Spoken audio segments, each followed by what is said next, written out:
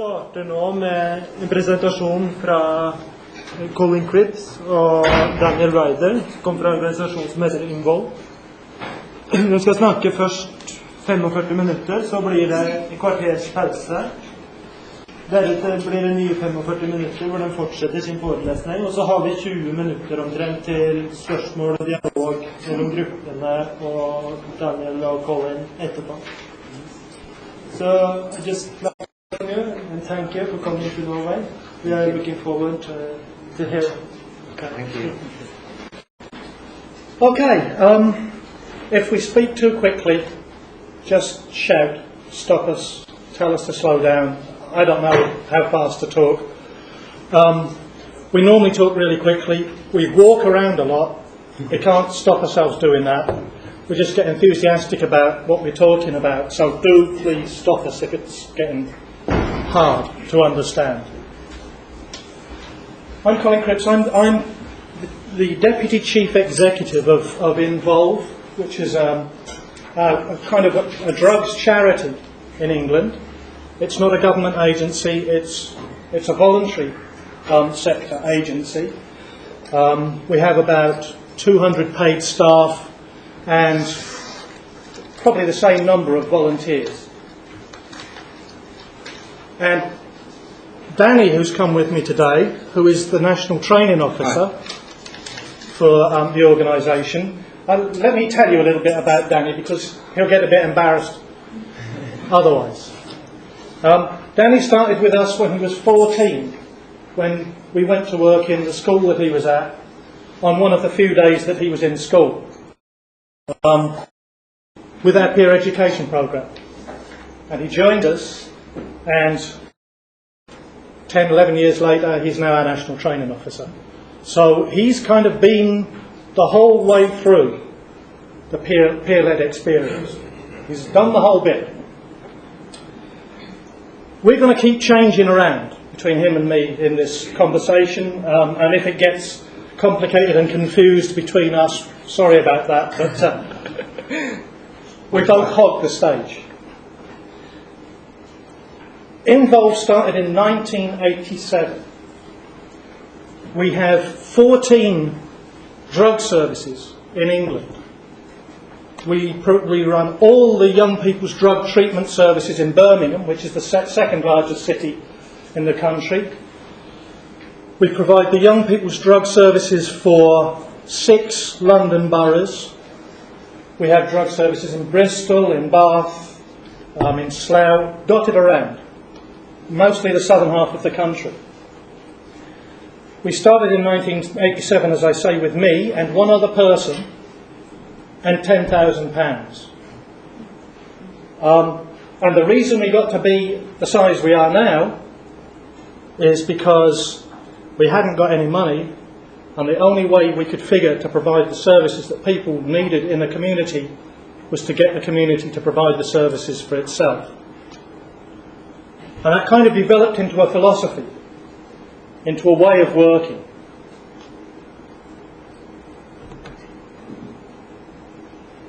That's our vision as an organisation. A society in which every person has the capacity, I don't know what that, there's a word missing, the something and the capacity required to develop a positive sense of who they are and what they want to achieve in life, and therefore a platform from which to fulfil their potential as individuals and members of their community. The word drugs isn't in it. And that's quite deliberate, because we happen to be working around the issue of drugs. But as an organisation, as far as we're concerned, we're working with people. And drug use is just a symptom of something that's going on with them or with the society that they live in. But we have to work with people. And we don't have to see people as a problem, we have to see them as potential, as the future. A lot of drug services in England medicalise the drugs issue. They see it as something where you just prescribe something else, and somehow that makes things better. And that's never been our belief. Okay, the word that was missing was tools. So for every person to have the tools and the capacity to fulfil their potential. So what is our mission? What is the way that we're going to get to our vision? Colin, will you just read it out in a loud voice, please? Yeah. Our mission is to be the UK organisation that is the best at understanding how to work with the most socially excluded or disadvantaged young people through innovative projects and services that address the fundamental causes of disaffection and self-destructive behaviour, and to be recognised as such. Not to be the biggest, to be the best. Let me build a picture of when we started as an organisation. At the time in the UK, there was no young people services. None. In fact, for young people to get some information about drugs, what used to happen was police officers from the local community used to come into their schools and tell them how dangerous it was to take drugs. And at the time we had campaigns, you'll probably remember them, Colin, very well, with heroin users, junkies. And it was like labelled junkies from the Metropolitan Police, the police service in London, of a picture of a man gouging out just off his face with a syringe hanging out of his arm, you know. So they adopted scare tactics when working with young people. And in fact, at the time, many people said that this campaign didn't work. In fact, that's a bit misleading, because it did work. The campaign did work. What we had is a situation where most young people at the time didn't use the hard drugs, so to speak. So they didn't use heroin so much. And maybe crack cocaine at the time wasn't around. I'm talking about 1989, 1987, 1989. So most young people started using the kind of bottom end of drugs. Heavy cannabis use, heavy solvent use. They started using speed, LSD, trips, whatever you call them here. What do we call them here? Trips? Yeah, Sam? LSD, trips. So at the time, we needed to get a clear picture on how to engage with young people. Okay? And I use the word engage deliberately, because at the time, it was about the adult community going into schools, youth centres, and telling young people about drugs. Okay? So quite often, the police officers or youth workers, they didn't have a clue about the drugs themselves. And they was going into the people that was using them. So there's a bit of that doesn't really make sense. So we conducted some original research. We went into schools around the most deprived London borough. Okay? Certain area in East London. In fact, anyone seen the programme EastEnders? Yeah? Just have a raise of hands, those of you that see. Okay, there you go. That's where it was. Okay, so the area is made up in the programme, but it represents this area that I'm talking about. And we asked young people, what did they need from a drug service? Okay? And what did they think that drug services were for? And they said some very particular things. They said, for a start, that drug services are for white male heroin users. Okay? White male heroin users. Okay? A bit like Colin now, really, but he's not a heroin user, by the way, but looks like that. Sorry, no, that's to get rid of him. I forgot my ticket on the way here this morning. I got my passport, forgot my ticket. Halfway to the airport, I had to drive home, you know. Colin, he's never forgiven me. So where was I? So young people thought that these services were for white heroin users. And also, most of these services that existed were based in, you know, like hospitals and things like that. Okay? And then they also raised the issue that, hold on a minute, when are these services actually open?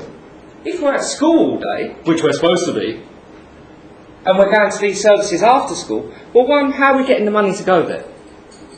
Okay? What, do you want us to rob to go to the drug service? And also, if we're going after school, isn't there a chance that we'll bump into our parents, or our neighbour, our auntie? There's also some other things that they said. That the education, the information that they get about drugs, they don't want to hear it from their teacher, because they have a relationship with their teacher already. And, well, there's very few teachers that are actually using drugs at the moment. Let's hope there's not any, but there's very few teachers at the time. So actually, what did the teachers know about drugs? So these are all the things that the young people raised at the time. They also said that we're not respected. So the way that the information is given to us is not in a way that is in our language. It's in our street language.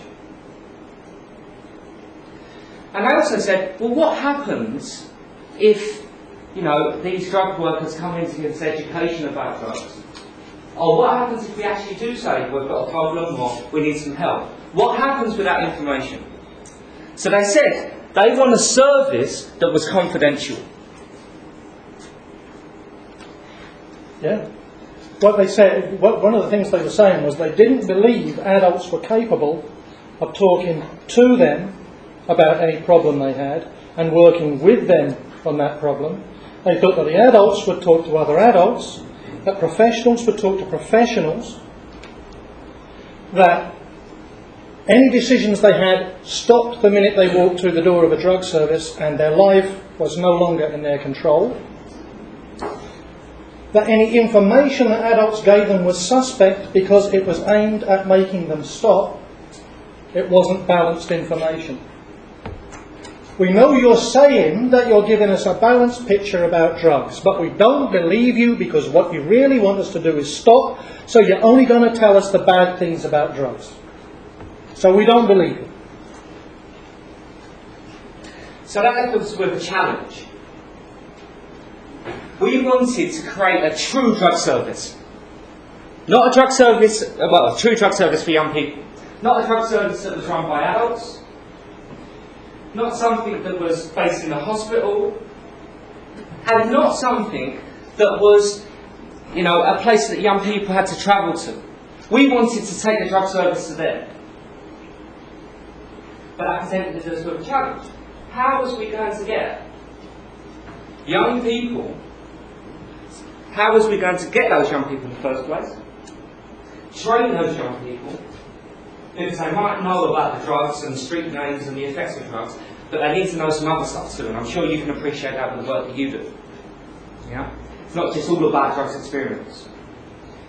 So we needed a way to get these individuals, train them, and then bring them back into the community to live that work.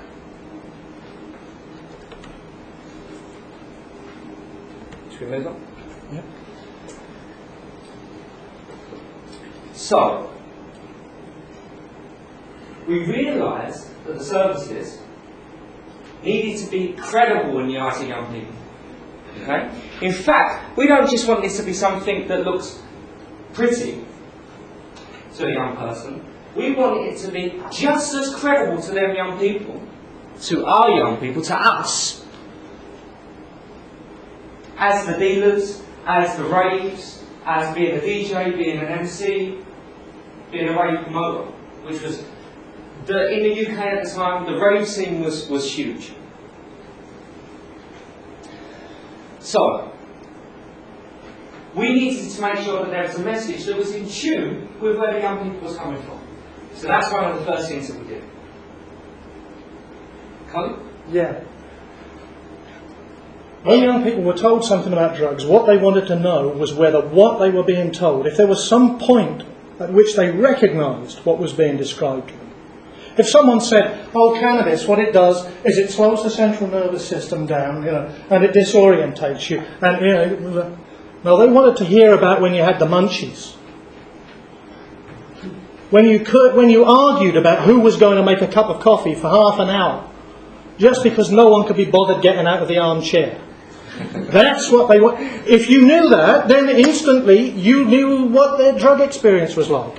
If you knew the terms for what was happening on the street corner at the end of their street around dealing, then that was credibility.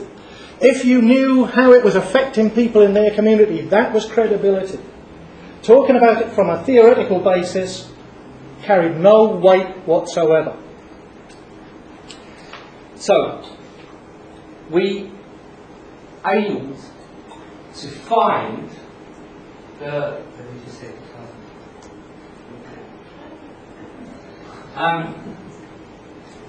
we aimed to get individuals from those peer groups, from those communities.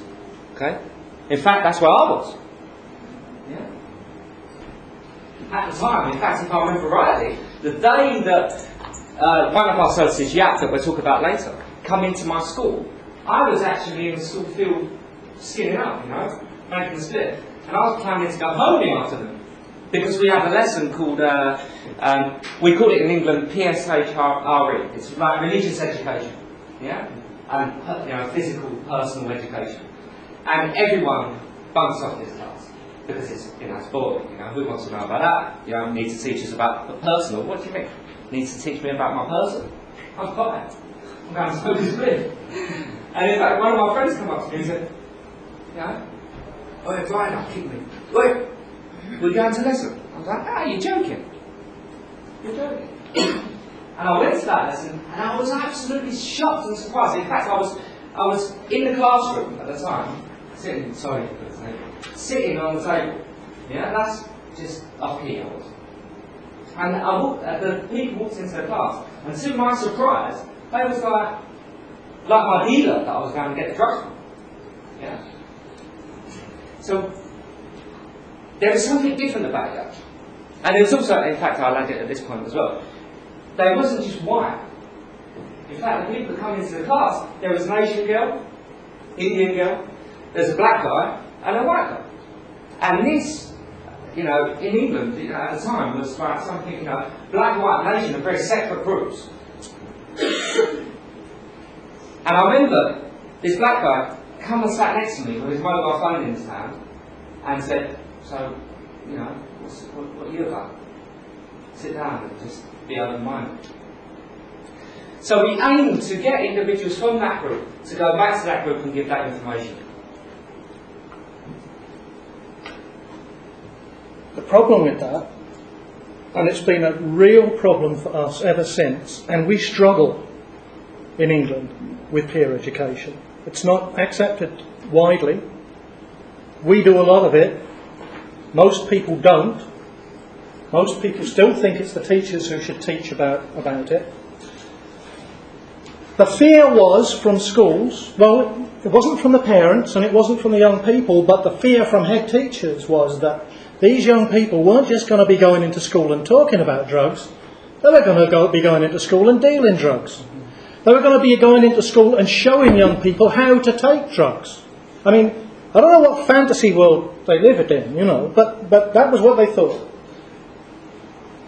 They were convinced that somehow by having young people from the community going in to talk to other young people, that their school would end up in the newspapers, that it would be seen as a school that had a drug problem, that it would be seen as somewhere where things had gone really wrong and that was behaving irresponsibly. So, when you recruit the young people, the big problem is they don't just have to be credible to other young people. They have to be credible to the professionals. They have to be credible to the adults. What we always used to say when we recruited new people was, you're walking a tightrope now. You fall off that side, young people don't want to know you. You fall off that side, you'll fall out with the adults and you won't even get to see the young people. You just got to keep that balance the whole time. And a lot of what we're going to train you in doing is keeping that balance.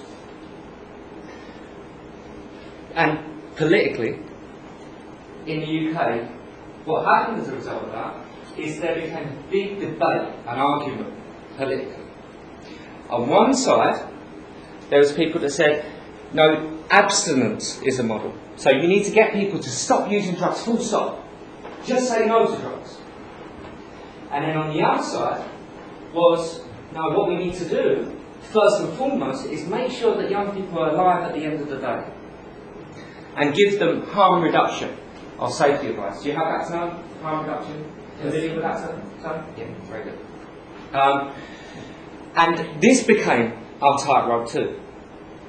We had to make sure that we was going out there and giving the young people, because we were talking about individuals that were using large amount of drugs. Yeah, young people were dying all over the place. And we needed to make sure that there was ways of going into those groups, those communities, those hotspots, and making sure that they get the vital information to make sure they stay alive. So we also had the tightrope to walk in regards to this too. Not giving too much information that means that someone's going to go away and use more drugs, but giving enough information to make sure they stay safe. And remember, this is the days of Margaret Thatcher. And it was just say no to drugs. And what she wanted everyone to do was just go into school and just go to the kids, just say no to drugs. Just don't take them, they'll kill you. Now, we kind of got around it by going, well, there's actually no contradiction between those two things at all. One person's harm reduction is another person's abstinence. What you tell people doesn't have to be different. If you say to someone, if you're going to go out and take an ecstasy tablet tonight, is it ecstasy? Because we've had the last 36 new types on the street analysed chemically, and we only found ecstasy in 2. So what are you buying? Are you getting ripped off? Remember to drink a pint of water an hour. Don't wear a hat. Wear loose clothing. Wear little clothing. Have plenty of salt before you go in. Now, for a lot of kids who are out on the rave scene, that's essential information. For kids who are thinking about it, what a lot of them said when we had some research done was they said, Dad, once people started telling us that, it just sounded dodgy. It sounded like a bit too scary to get into. Why do you want to get into doing something though you've got to do all of that to make sure that you're staying on your feet, that you're staying alive? So the two weren't a contradiction. But it was a tightrope again. As Danny said, it was another part of that tightrope. Oh, that's me now, yeah, okay. In England, at the moment, there's been a report come out from the Health Advisory Service on how to run young people's drug services. This isn't in it. Peer education isn't in it. The effect that we had with our peer education programs in the first 6 years was dramatic. 50% reduction in drug use amongst 16-year-olds in the areas in which we worked. Without telling anyone do this or don't do that, just by giving information, a 50% reduction. In the second most deprived borough in the whole country, half the national average levels of drug use amongst young people. When we did that, I thought we were going to be famous. I thought the world was going to go, you found the secret, make this happen everywhere. From government, stony silence. Nothing. In that same borough, 5 times as many young people go into drug services as anywhere else in London. Because of our service. 5 times as many. I'll tell you how controversial it is in England. Today, while we're here, they're closing that service. Because they're saying that that stuff should be run by doctors, by nurses, by teachers, because that's what the government thinks is the best idea. Now you tell me how that makes sense. What's the thinking? You cut drug use by half, no one else can do that. No one else has ever come near that. You increase the numbers of young people into treatment by 5 times, and they shut it. What's that about? It's not about helping young people. It's about politics. It's about the professionals not wanting the community helping itself. It's about professionals not wanting non-professionals going and doing the work. It's about a nanny state, a nanny society. It's about political ideology. It's not about health.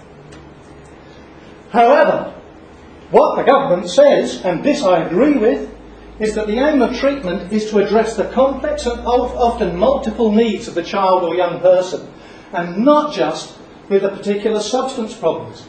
It's to reintegrate and include the child or young person into his family, community and school, training or work. So,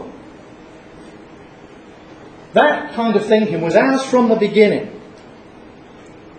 And it wasn't in step. Now, on paper, it's in step. The methods vary.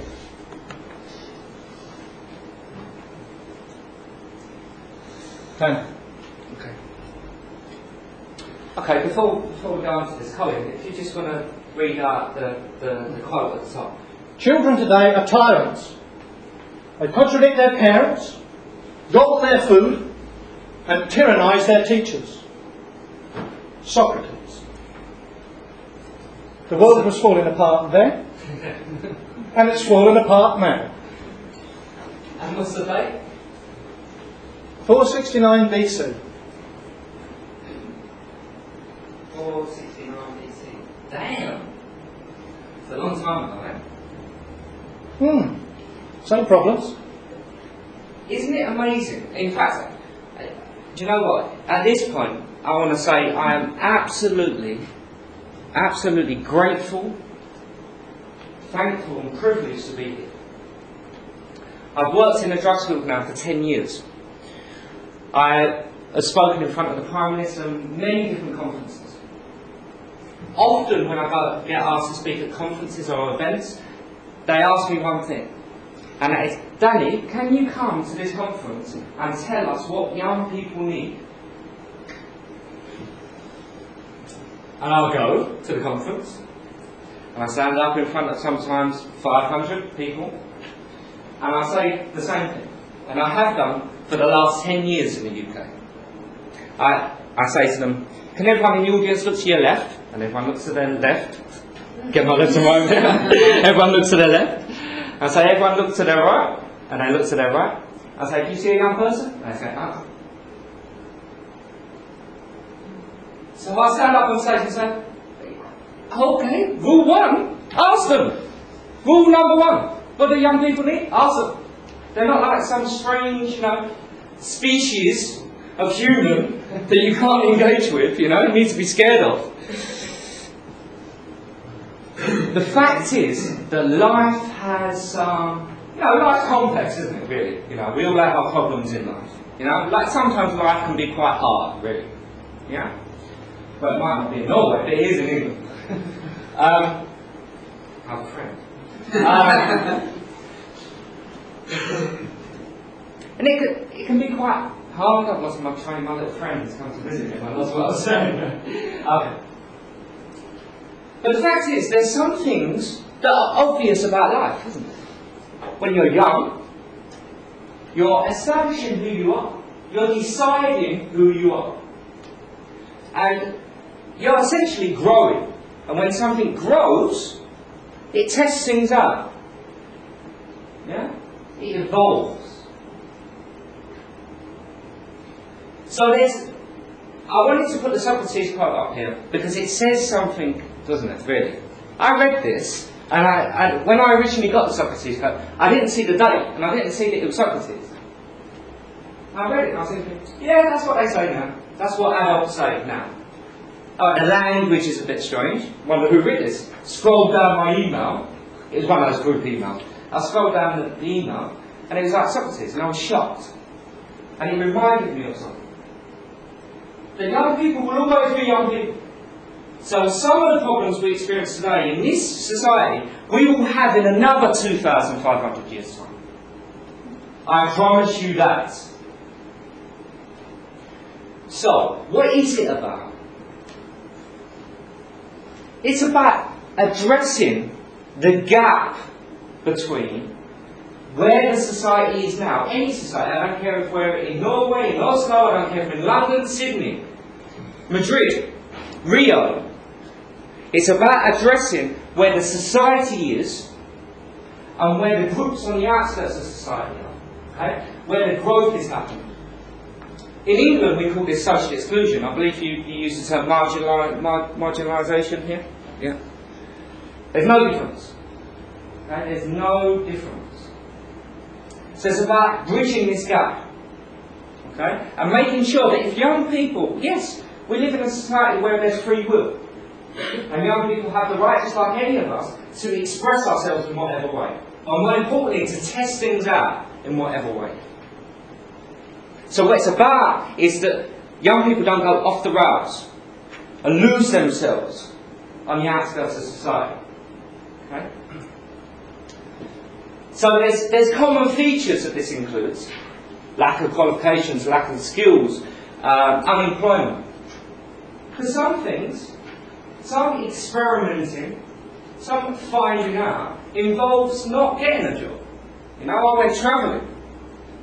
Now, while I was travelling, I couldn't have a job in the UK, could I? And in fact, I just find out, has anyone been travelling, you know, around the world or anything in this room? Spent some considerable time? Fantastic. I'm sure you'll relate, when you go away from your country for some time, you have culture shocks. You go and visit different societies. I went to India. Biggest culture shock going to India. But the biggest culture shock, I promise you this, for those of you that haven't travelled, is coming back to your own country. Okay? There's no difference. No difference, I tell you this. If you've got a group of individuals, group of young people that are involved in graffiti or, you know, a particular type of youth culture, whether it's rap, hip hop, dance, whether it's music orientated, whether it's art orientated into graffiti, whether it's into skateboarding or extreme sports, there's no difference between that gap in society as travelling and coming back to your own country. So our aim here is about making sure that when young people or a young person wants to come back to society and get a job, that there's ways to do that. Okay? If they have no skills, so we address those skills gaps. Okay? For example, in England, we're trying to abolish having entry requirements into courses. I'm sure you have the same system here, where if you want to do a certain degree or diploma or a certain college course or university course, there's entry requirements. Should there be?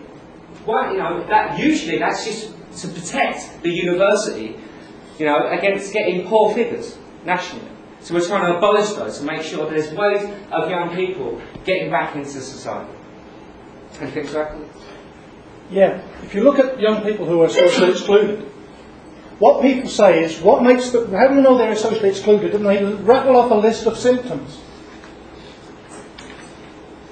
And they say, well, you know, you look at them and generally you will find that they have all these things. So what we need is, let's have an agency to deal with offenders. Let's call it a criminal justice system. The probation service. Let's look at young people with poor or problematic parenting. Let's have an agency to deal with that. Let's call it social services. A lack of skills. Let's call training colleges or training schemes. Absenteeism. Let's call them the educational welfare service. Let's look at unemployment or poor employment prospects. Let's call it the employment service. Let's have all these different services which take a symptom each and take that young person to pieces and go, we're going to deal with this bit, but we don't deal with that bit. To get that bit of you dealt with, you go over there. You go over there on a Thursday, you come here on a Wednesday. You go over there next Tuesday, and they'll sort that out. And then next Friday, you go to that building over there, and they'll deal with this problem. They'll help you with your problems. We're going to talk a bit about identity theory in the second half of this. Because if you tell someone that you're dealing with their problems enough, they just see themselves as a problem. And they kind of resent you telling them. What we found when they did studies in the UK was that young people consistently fell down in the gaps between those services. They fell down because the services didn't talk to one another, they didn't coordinate anything, and not one of them saw a whole person there at the middle. No one saw one young person, saw the interrelatedness of them. They saw a symptom. They were funded to deal with a symptom. They couldn't deal with anything else because they got their money to deal with a symptom. If they started to deal with something else, the other agency would go, no, no, no, no, that's ours. That's our funding. That's our output. You mustn't do that. Our argument was, you can't work that way. You have to stop working that way. You have to just go, here's the young person, we're going to work with it all here now. We're not sending the young person to the professionals got to come here. Wherever we're working with young people, that's where the professionals need to go. And if we're making contact with young people by taking other young people out on the street to work with them, then the professionals got to go with the young person. If we're going to work with young people in the school, the professionals got to go to school. If we're setting up a drug treatment centre, then it isn't just a drug treatment centre. Because the social workers are going to come to it. Because the criminal justice workers are going to come to it. Everyone's going to be on site to deal in a one-stop shop with what that young person needs. No gaps anymore. We had one case in England where a young person was seen by 30 different professionals. 30 different professionals. And what was the statistics, Colin? Yeah, 30 different professionals committed suicide. No one had any idea that they were going to do it. 30% professionals. I can't even think of 30 different professions. But this kid he must have had some real problems, a lot of symptoms, because 30 professionals. And he still killed himself. Very successfully. So what we say is we're not dealing with isolated individuals who are a set of symptoms. This is what we're dealing with. Most commonly, the socially excluded, the marginalised, are part of groups, and they're part of outlaw groups. And that the value of peer work is that you get to grips with the values of those outlaw groups. And that's where you start to make the inroads, that you have to understand the values of those outlaw groups, that you have to penetrate their values, accept what they are as a whole person, including their group norms, including their values, and work out from there. That's your way in. And from there, you can start to make changes happen. You use the word outlaw in a very literal sense. In the sense that they're outside of the law. We're going to have a break. But when we come back, we've got two models that we want to talk to you about how you address that, how you target peer work at particular issues with young people. One is based on need, a need model, need-led model, and the other one is an identity-led model. The need-led model is pretty common in the UK. The identity-led model is pretty uncommon in the UK. Different ways of providing pretty much the same work, but what you do is you have a different philosophy about it if you provide it in those different ways. So